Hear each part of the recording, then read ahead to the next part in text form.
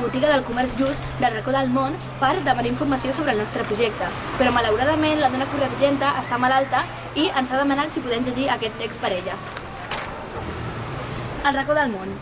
El projecte del racó del món sorgeix de la voluntat política de crear nous instruments dins de l'àmbit de la cooperació en el Prat de Llobregat, així com els objectius d'Acsur, les Segòvies, de sensibilitzar el nord de les problemàtiques del sud, a través de la promoció i difusió dels valors de la solidaritat i la cooperació, el comerç just, l'economia solidària i els drets humans. Des dels seus inicis a l'any 2005, el Racó del Món organitza diverses activitats de sensibilització al voltant de la solidaritat i la cooperació, adreçades a la ciutadania del Prat, xerrades, exposicions, tallers, taules rodones que realitzen a les cases d'en Puig, serveis de ciutadania, on es troba la botiga de comerç just del projecte.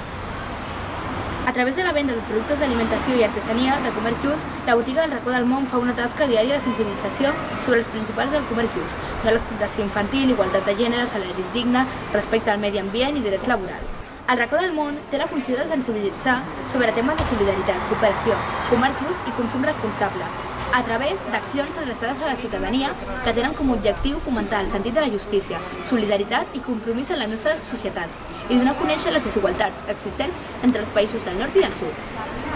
Comprar productes de comerç just és garantia d'ajudar els països més empobrits d'una manera digna. Venen directament els productes que ells cultiven o fan, sense intermediaris, amb la garantia que tot el procés de fabricació i comercialització es paguin sous dignes i es respecti el medi ambient i els drets dels treballadors i treballadores, sense explotació infantil i discriminació de gènere. La gestió de la botiga de comerç just del projecte El Racó del Món està a càrrec de la ONG Acsur, les Segòvies.